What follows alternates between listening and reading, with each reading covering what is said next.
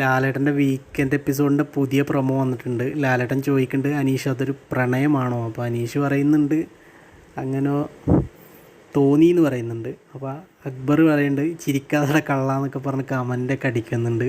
അനുമോളോട് ചോദിക്കുന്നുണ്ട്, അനുമോൾ എന്താണ് വിശേഷം? അപ്പോൾ അനുമോൾ എണീറ്റ് പറയുന്നുണ്ട്, നല്ല വിശേഷം.